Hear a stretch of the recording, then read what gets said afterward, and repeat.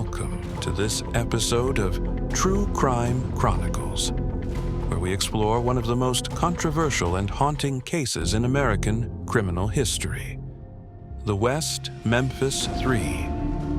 This case, which began with the brutal murders of 3 young boys in 1993, has captivated public attention for decades, raising questions about justice, innocence, and the impact of societal fears. On May 5th, 1993, in West Memphis, Arkansas, 3 8-year-old boys, Steve Branch, Christopher Byers, and Michael Moore, went missing after leaving their homes to ride their bikes. Their families reported them missing that evening, and a desperate search ensued. The next day, on May 6th, searchers discovered their bodies in a wooded area known as Robin Hood Hills. The boys had been stripped naked and hogtied with their own shoelaces, showing signs of severe physical trauma. Christopher Byers had suffered particularly horrific injuries, including mutilation.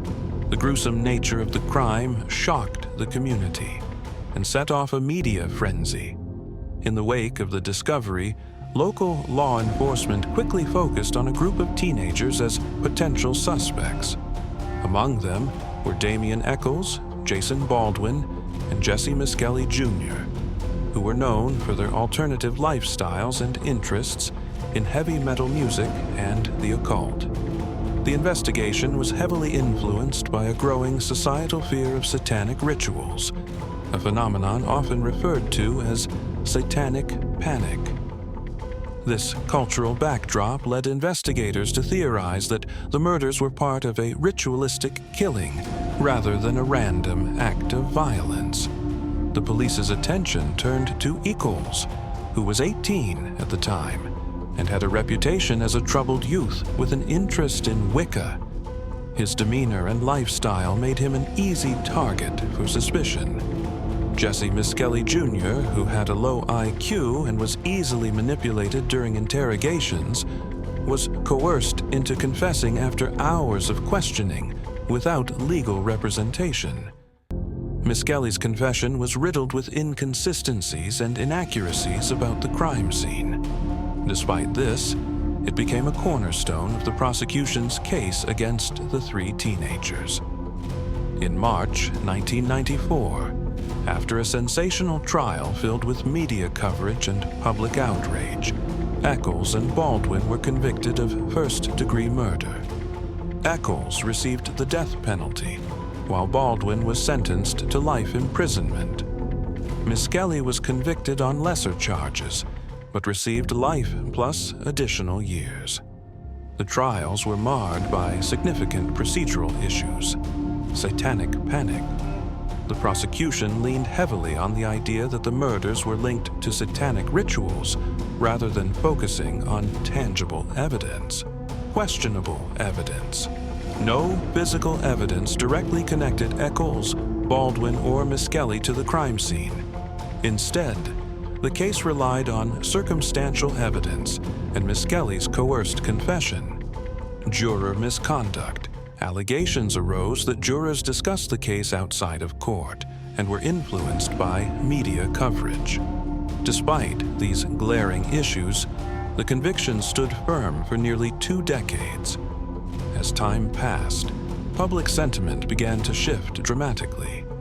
The case gained national attention through documentaries such as Paradise Lost, The Child Murders at Robin Hood Hills, 1996, and its sequels. These films highlighted potential injustices in the original trials and brought new scrutiny to the evidence against the West Memphis Three. Supporters rallied around Echols, Baldwin, and Misskelley. Celebrities like Johnny Depp and members of Metallica voiced their support for their release. The documentaries played a crucial role in raising awareness about wrongful convictions and igniting public debate about justice in America.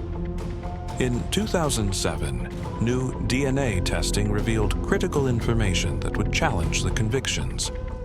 None of the DNA found at the crime scene matched any of the 3 defendants. Instead, DNA from an unidentified male was discovered on evidence collected from the victims. This revelation sent shockwaves through those who had long believed in their guilt.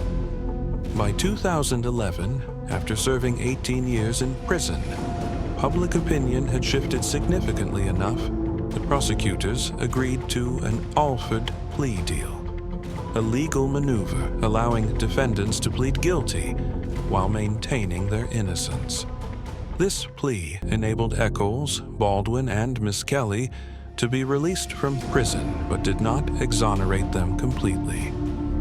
On August 19, 2011, Damien Echols walked out of prison a free man after nearly 2 decades behind bars. Jason Baldwin followed shortly after. Jessie Misskelley Jr., having been convicted on lesser charges earlier in his trial process, also gained his freedom through this plea deal. While this outcome brought relief to many supporters who had fought tirelessly for justice, it left lingering questions about true accountability. The altered plea allowed them to escape prison, but did not clear their names or identify who was truly responsible for the murders of Steve Branch, Christopher Byers, and Michael Moore. Even after their release, Echols, Baldwin, and Misskelley have continued to seek full exoneration. They have worked tirelessly to uncover new evidence that could lead to identifying the real killer or killers responsible for this heinous crime. In recent years, renewed interest in forensic science has led to calls for further DNA testing on evidence collected during the original investigation, efforts aimed at finding definitive proof that could finally clear their names once and for all. The West Memphis Three case serves as a stark reminder of how fear can cloud judgment within our justice system. It illustrates how societal biases can lead to wrongful convictions based on flimsy evidence rather than facts. As we reflect on this tragic story today, a tale filled with heartbreak for both victims' families and those wrongfully accused, we must continue advocating for justice reform and ensuring that no one else suffers due to systemic failures within our legal system. Thank you for joining us on this episode of True Crime Chronicles.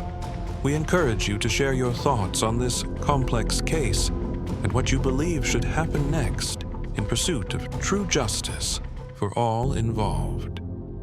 Until next time, stay safe and keep questioning what lies beneath every story.